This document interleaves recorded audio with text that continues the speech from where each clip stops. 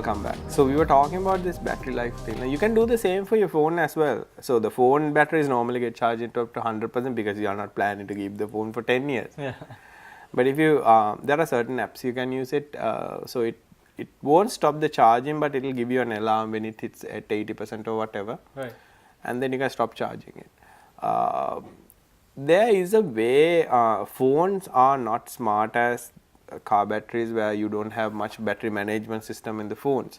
So, but if you really want to get some battery life out of your phone, I mean after 3 or 4 months you can just let the phone run until it just completely dies and just switch off itself. Right. And then don't switch it on, keep it there for like 10-15 minutes for it to cool down. So don't plug in the phone, let it dry out the battery. Let it dry out the battery. You can use it, you can do anything you want, just let it dry out, then it will automatically switch off itself, right? Right.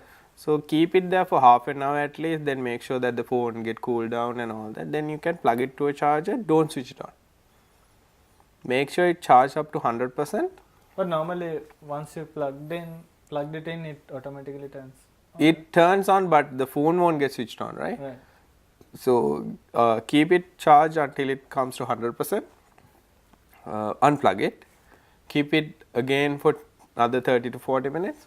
Plug it back again, and let it charge for another 30 minutes. Make sure it comes to 100. Then you can switch it on.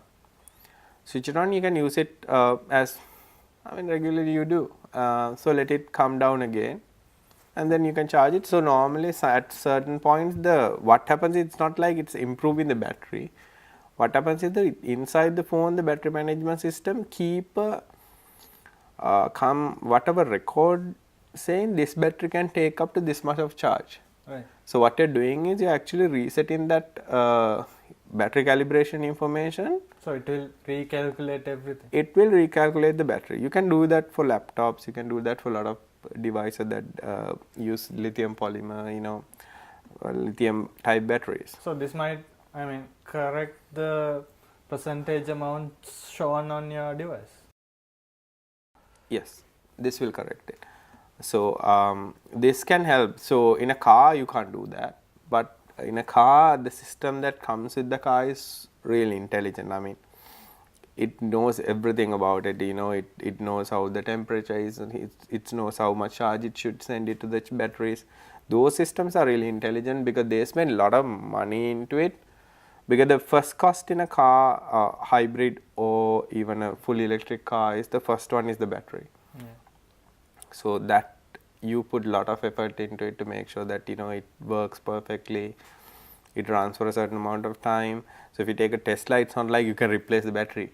Yeah. Because it's part of the chassis. Yeah. It's the flow on the car. So like that, Tilina. So what? Even on Tesla. So Tesla did a lot of research in terms of battery, and they released all their patents. Yeah. And now a lot of people are using that. When these battery technologies came in, they even did this thing called microfuses. So microfuses is so you have this almost thousands of batteries inside a Tesla, right? And these are laptop batteries. So you have this lot of batteries connected parallel, lot of batteries connected in series. What if just one cell goes bad and it overcharge? Because it's not like the battery management can manage all the 1,000 cells at once, right? Even the BMS only does a set of cells. So you have like either 10, 15 cells together, and that uses by the battery management to manage that only the certain set of cells. But even on the certain set of cells, if two batteries are in parallel, one might go bad. So the microfuses, what happens is they actually put a small fuse, one battery to another. So if one goes bad, the entire battery the set won't go bad. What will happen is that will automatically fuse that, and that battery will get disconnected. You will lose, insignificant amount of capacity out of your battery. So you can continue using the. You can continue. You wouldn't even notice it because even the computer itself wouldn't understand it. Only thing it will see is that certain bank of cells, the capacity went down. But when you combine all the capacities together, it's not a noticeable amount. So those kind of things are not there when you take a Tesla, Prius, if you take a Nissan Leaf. Those cells doesn't have microfuses. So they are hardwired with hard cables. They will have fuse, 1 or 2 fuses inside the battery case for a higher shortage or something disastrous happening where it will protect it.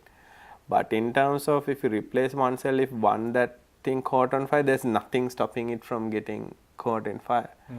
So because Tesla, even the individual cell banks are separated.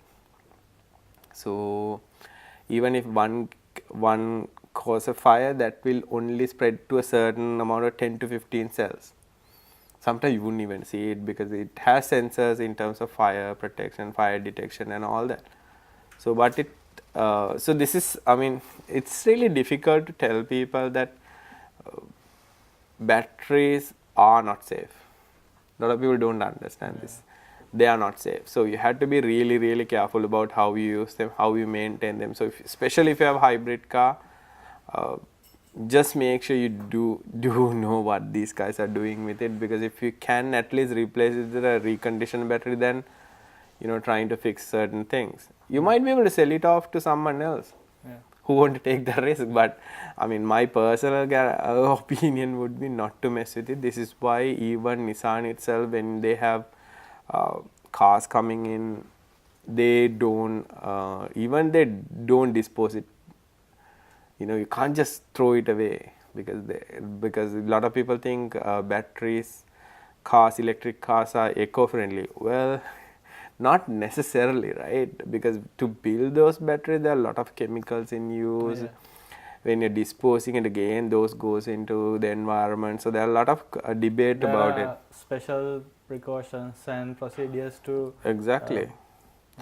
So this is one of the reasons. I mean, it's basically a bomb, right? Managed time bomb that you're sitting on top of. I think that's about the time we have for today. Thank you for joining us. So if you have any comments, feedback, how you can get in touch with us is arttechtalk@takaslk.com. I think you should see it on the screen, or else you can visit the Art TV YouTube channel. All the episodes get uploaded there. If you miss an episode, you can go watch there. So if you want to give us feedback, comments, anything like that, the email would be the easiest. Both of us has access to it, and we know what's coming in and everyone else know. So we love to hear from you and tell us what you think and what you should do. And if you want us to get more into techie stuff, we should be able to do that. I mean, if you want to be something else, so let us know. If you even have a personal question about something, you might be able to, the 10-15 people might have the same question, so you might be able to answer that. So thank you very much for joining in today. See you next.